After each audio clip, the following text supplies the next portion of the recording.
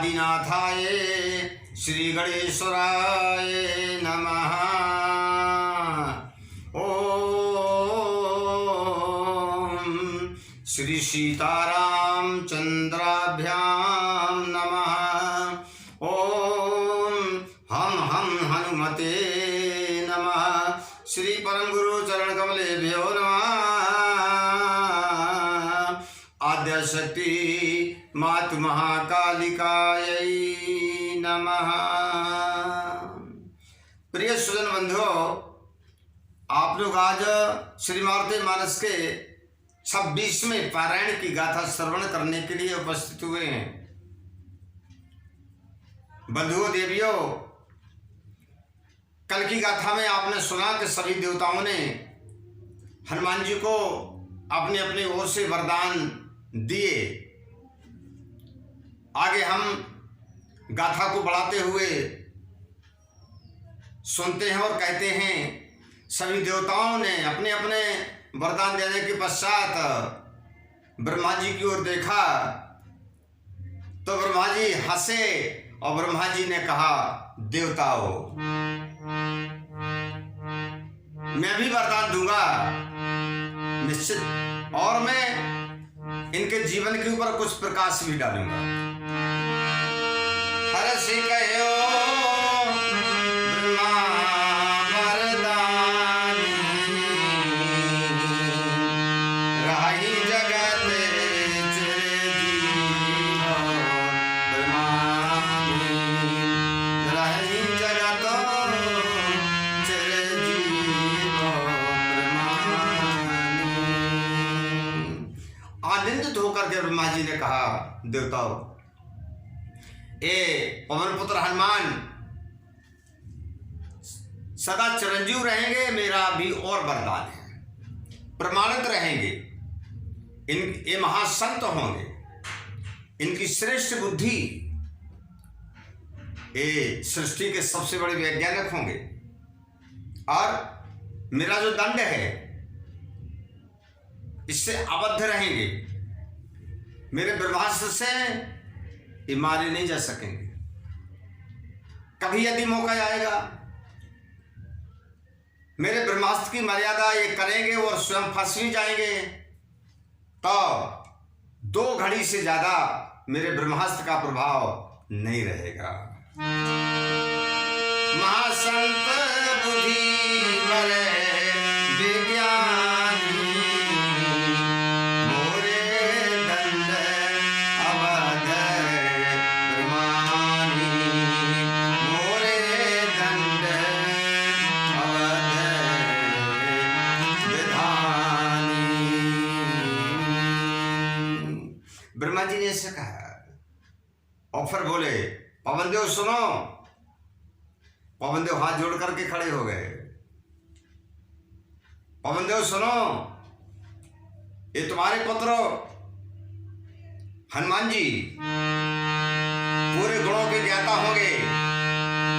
इस शत्रुओं के लिए महाशत्रु के रूप में रहेंगे, भयंकर भय देने वाले, और सज्जनों के लिए सुख देने वाले होंगे। सुनहु पवन सुत तबे सुत ज्ञाता, सुनहु पवन सुत तबे गुण ज्ञाता,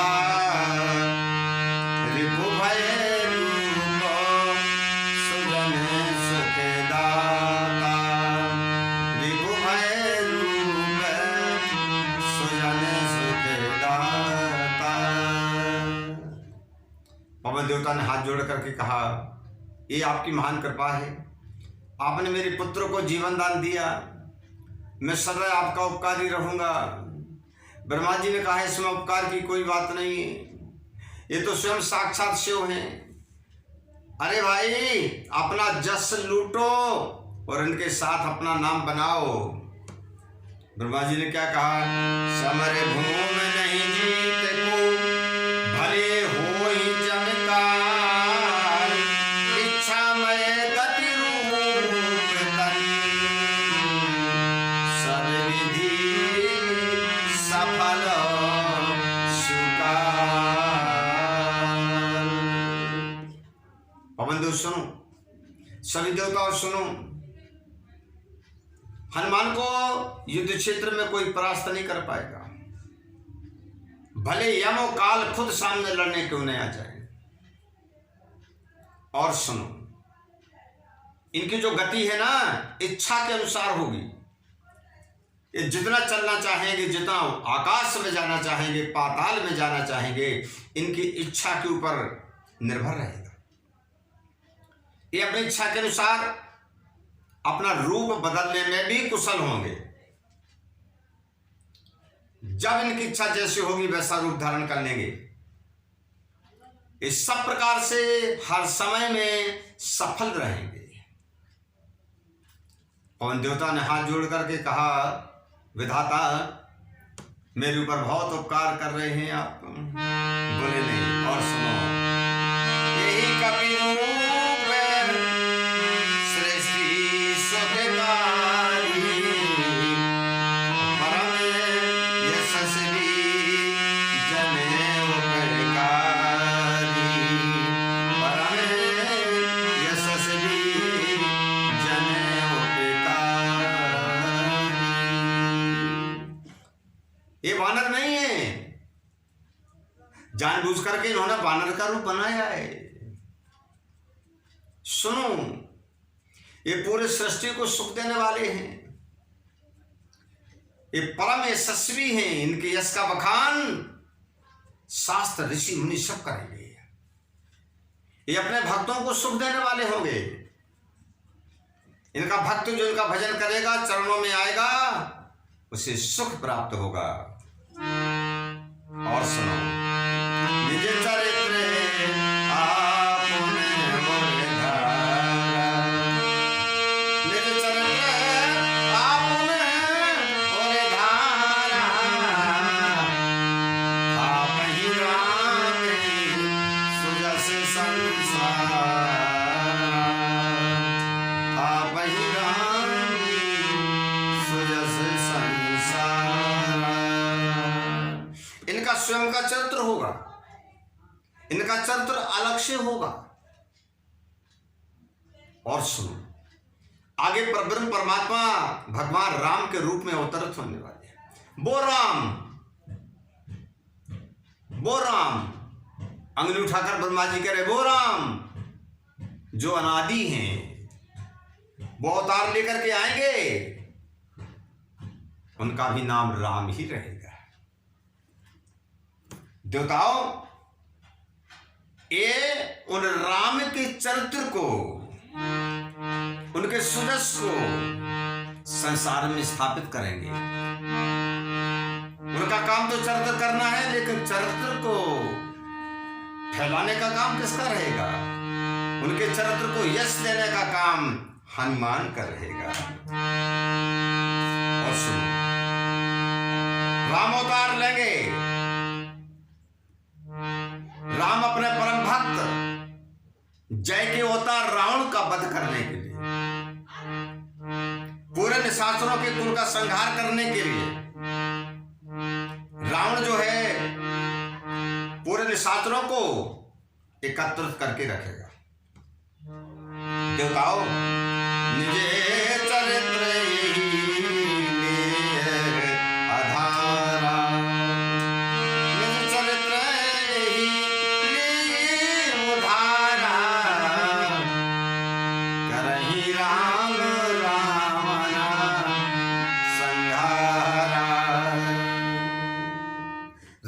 रावण को नहीं मार पाएंगे। राम को इनका आधार लेना पड़ेगा। जब तक ये सबसे आगे ना होंगे तब तक राम का चरित्र पूरा हो नहीं सकता।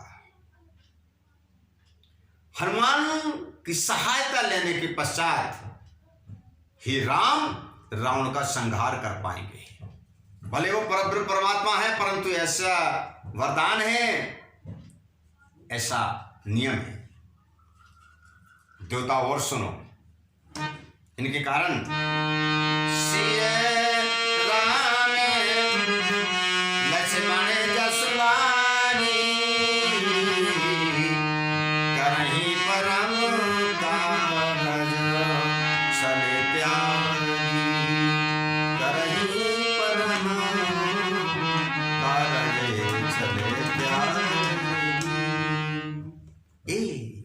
परम कार्य करेंगे, सीता के भी जस के भागी बनेंगे, राम के भी जस के भागी बनेंगे, लक्ष्मण के भी जस के भागी बनेंगे। आगे मौका आएगा और परब्रह्म परमात्मा को पारवश में कहना पड़ेगा इनके सामने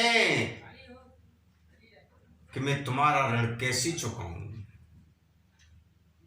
मेरा मन तो तुम्हारे सामने खड़ा नहीं हो पा रहा है।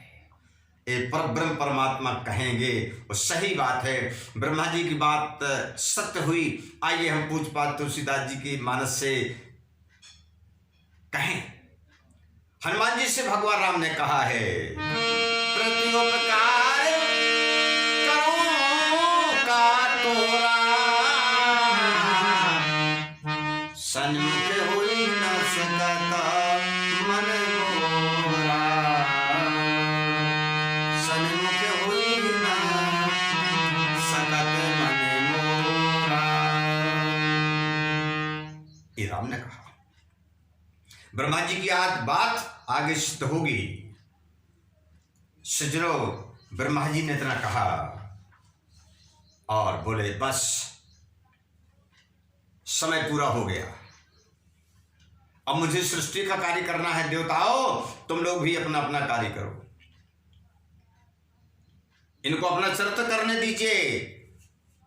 हनुमान जी की ओर देखे, हंसे और ब्रह्मा जी यही प्रकार पर दे विधाना, भय विधाता अंतर ध्याना, भय विधाता अंतर ध्याना। इतनी जल्दी कहकर ब्रह्मा जी अंतर ध्यान हो गए। क्यों? ब्रह्मा जी ने देख लिया था वो त्रिगुणमय सृष्टि कि प्रथम स्वामिनी, प्रथम महाशक्ति माता महाकाली, जिनको दुर्गा सप्तशती के प्रथम ध्यान में बताया गया, खड्गम चक्र गदेश चाप परघान शूलम भुसुंडीम सरह शंखम संदधतीम करैः त्रिनयनाम सर्वांग भूषावृताम निरास मद्दुति मासो पाद दशकाम सेवे महाकालिकाम या मस्तौत सौपते हरौ कमल जो हन तुम मधुम कैटभम। वो माता महाकाली जिनके 10 हाथ हैं, 10 सिर हैं, 10 पांव हैं, वो पधार रही थी। वो ब्रह्मा जी की भी स्वामिनी है कि ब्रह्मा जी ने स्तुति की थी उनकी, तब वो प्रकट हुई थी और मधुकटम नाम के दैत्यों का वध करवाया था। वो माता आ रही थी, ब्रह्मा जी ने उनको प्रणाम किया और अंतर ध्यान हो गए। पूरे देवता चले गए। सज्जनों, अब देखिए माता महाकाली का चरित्र। क्यों माता महाकाली क्यों आई? माता महाकाली इसलिए आई, एक तो भगवान शिव हैं, दूसरी जब तक माता महाकाली रामचरित में सहायता प्रदान नहीं करती, तब तक रामचरित पूरा नहीं होता। जब तक माता महाकाली हनुमान जी के शरीर में ना बैठती, इनके हृदय में पूरी शक्ति प्रकट नहीं होती। जब तक माता महाकाली इनके संग में जाकर, सीता के साथ में जाकर लंका में ना पहुंचती, तब तक रावण का वध नहीं हो सकता था। क्यों? रावण स्वयं माता महाकाली का उपासक था, भगवान शिव का उपासक था। लंका में निकुंभिला इनकी कुल देवी थी। निकुंभिला माता महाकाली। इसलिए माता सच्चरित्र का साथ देने के लिए, भगवान शिव का साथ देने के लिए आई। सब सुन गए सदन खुशहाली,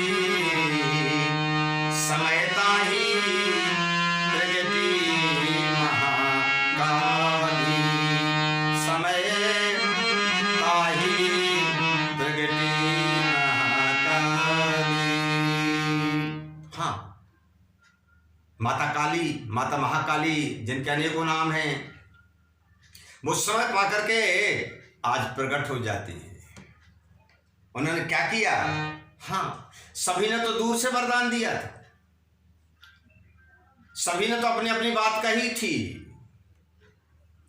लेकिन मां की ममता अलग होती है। आज मेरी माता ने क्या किया,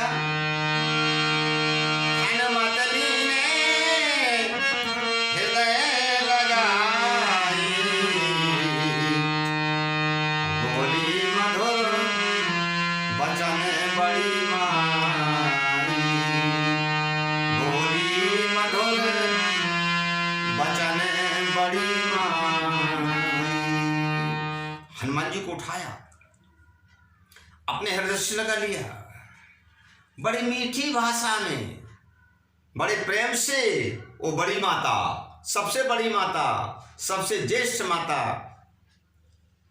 माता महाकाली क्या बोली, सुनो। रामचरित्र होगा, रामचरित्र में तुम बहुत सहयोगी बनोगे, परंतु हनुमत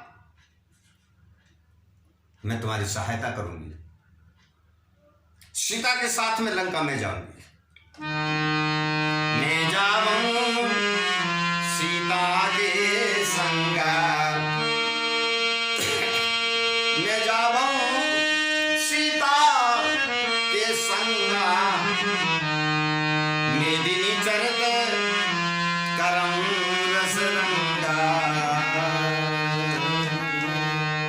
मैं सीता के साथ में जाऊंगी, इस पृथ्वी के ऊपर अनेकों प्रकार के चरित्र दिखाऊंगी।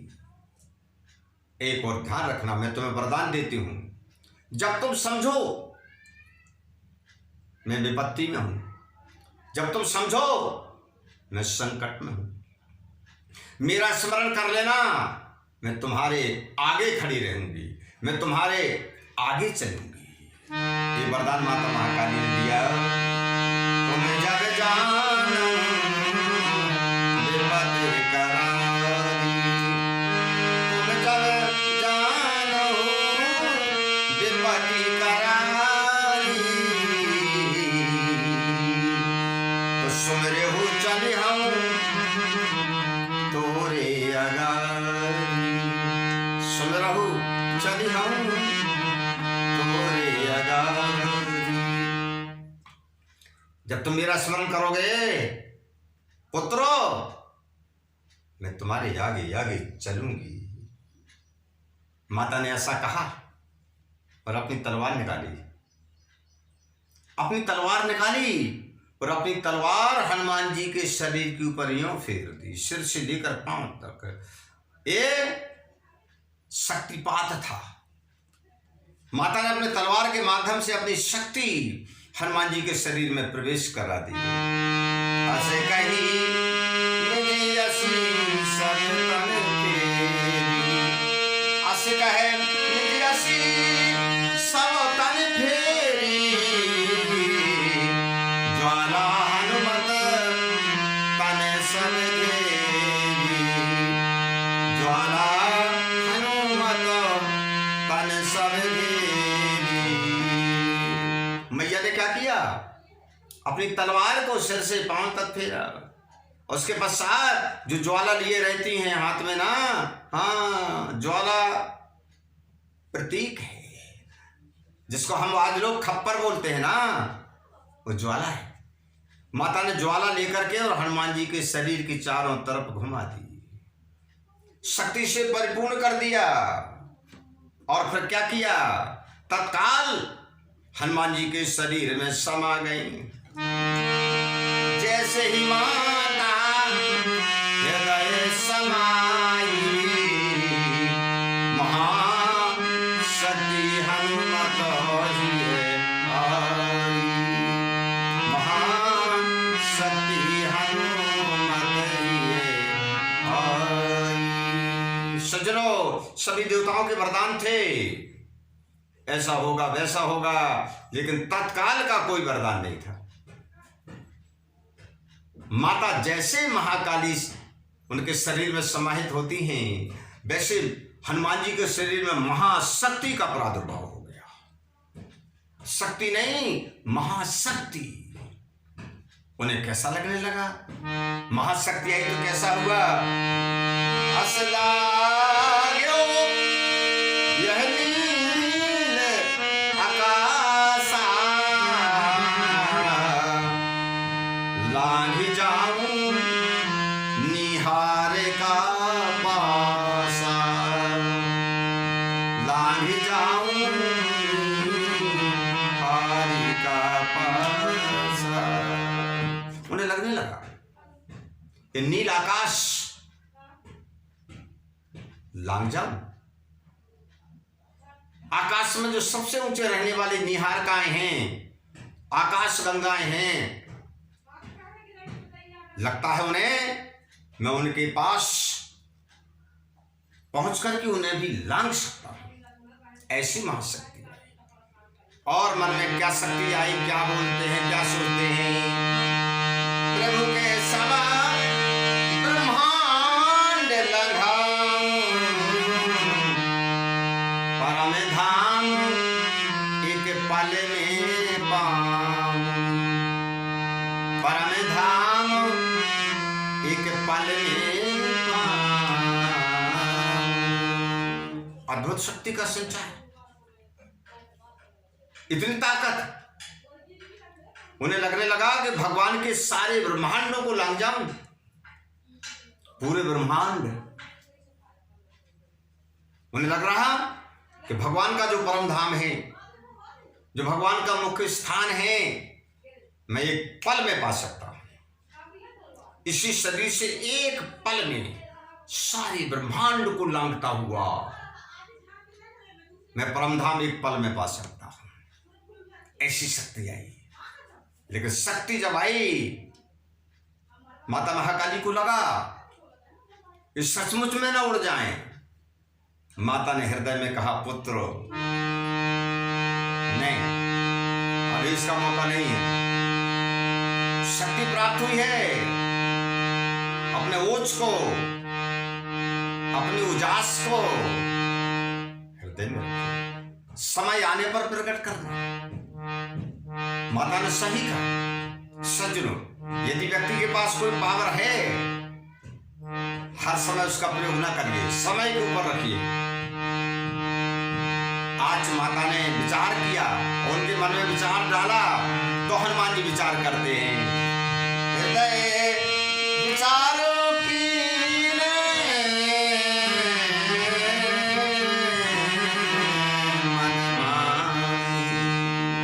उन्होंने अपने मन में, अपने हृदय में बहुत मन बाद में विचार किया।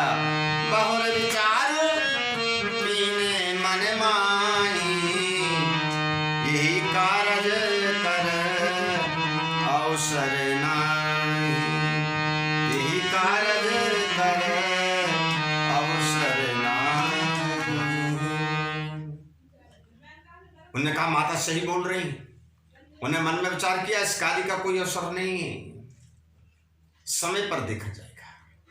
हनुमान जी तत्काल ऐसे शांत हो गए जैसे एक मामूली वानर हो, ऐसे शांत हो गए जैसे मामूली वानर हो। पवन देवता ने अपने पुत्र को साथ लिया, समय को देख करके अपने पुत्र को साथ लिया और हर्षि गंध वाहना सुत साथा, हर्षि गंध वाहन सुत साथा, गए अंजना सदन सनाथा, गए अंजना सदन सनाथा। सनाथ होकर के, संतुष्ट होकर के, अपने पुत्र को साथ में लेकर के वहां गए जहां पर माता अंजना थी। इतना सब चरित्र हो गया, माता अंजना को इसका पता ही नहीं है। इतना सब कुछ हो गया कि श्री को अभी इसका पता ही नहीं है। सज्जनों, भाभी ने उनकी बुद्धि को रोक दिया था। उन्होंने प्रेम सहित सब कथा सुनाई, प्रेम सहित सब कथा सुनाई, पुलकित पवन लिए हृदय लगा। आज पवन देवता ने पूरी गाथा सुनाई। हाँ, केसरी के हृदय में बड़ा आनंद आया। उन्होंने पवन देवता को हृदय से लगा लिया। दोनों तो थे ही, अलग थोड़ी थे। आज अद्भुत मिलन हुआ। अंजना ने इस अद्भुत मिलन को आज अपनी नेत्रों से पहली बार देखा। बहुत प्रसन्न हुई। केसरी ने पवन देवता का पूजन किया। केसरी पूजो पवन प्रधान, लखी उपकार सनमाना। केसरी ने पवन देव का पूजन किया। ऐसा उपकार किया था पवन देवता ने, सम्मान किया। पवन देवता ने कहा सम्मान करने की जरूरत नहीं है, ये मेरे पुत्र हैं और तुम्हारे भी हैं। केसरी, हम तुम एक हैं। सजनों, इस प्रकार से आज पवन देवता परिवार समाना, परिवार समाना, गए गंध वाहन अस्ताना, गए गंध वाहन अस्ताना। जैसे परिवार मिलता है, ऐसे परिवार के समेत मिलकर के, एक परिवार के समान हिल करके, मिल करके पवन देवता जाने लगे। केसरी को बड़ा दुख हुआ, अंजना को बड़ा दुख हुआ। उन्होंने कहा बड़ी मुश्किल से तो परिवार में हम सब बैठे हैं और आप जा रहे हैं। उन्होंने कहा देवी कर्म प्रधान है, यदि मैं रुक जाऊंगा तो पूरा संसार व्यथित हो जाएगा फिर से, इसलिए मुझे कर्म की ओर जाने दीजिए। कर्म प्रधान है, कर्म की ओर जाने दीजिए। मोह स्नेह को कम करें। ये वैराग्य की बात थी, ये कर्म की बात थी। सज्जनों, बिल्कुल सही बात है। मनुष्य को माया मोह में कम फंसना चाहिए, अपने कर्म की ओर भी ज्यादा ध्यान देना चाहिए। कर्तव्य करिए, फल की आशा ना रखिए, फल तो परमात्मा देते हैं। कर्मण्येवाधिकारस्ते मां फलेषु कदाचन। गीता में भगवान कृष्ण ने भी यही कहा है। सज्जनों, मनुष्यों, तुम कर्म करो, फल की आशा मत रखो, फल देना मेरा काम है। सज्जनों, ऐसा कह करके हंसते हुए अपने परिवार की ओर प्रेम दृष्टि डालते हुए पवन देवता अपने गंतव्य स्थान की ओर चल देते हैं और विचरण करते हैं।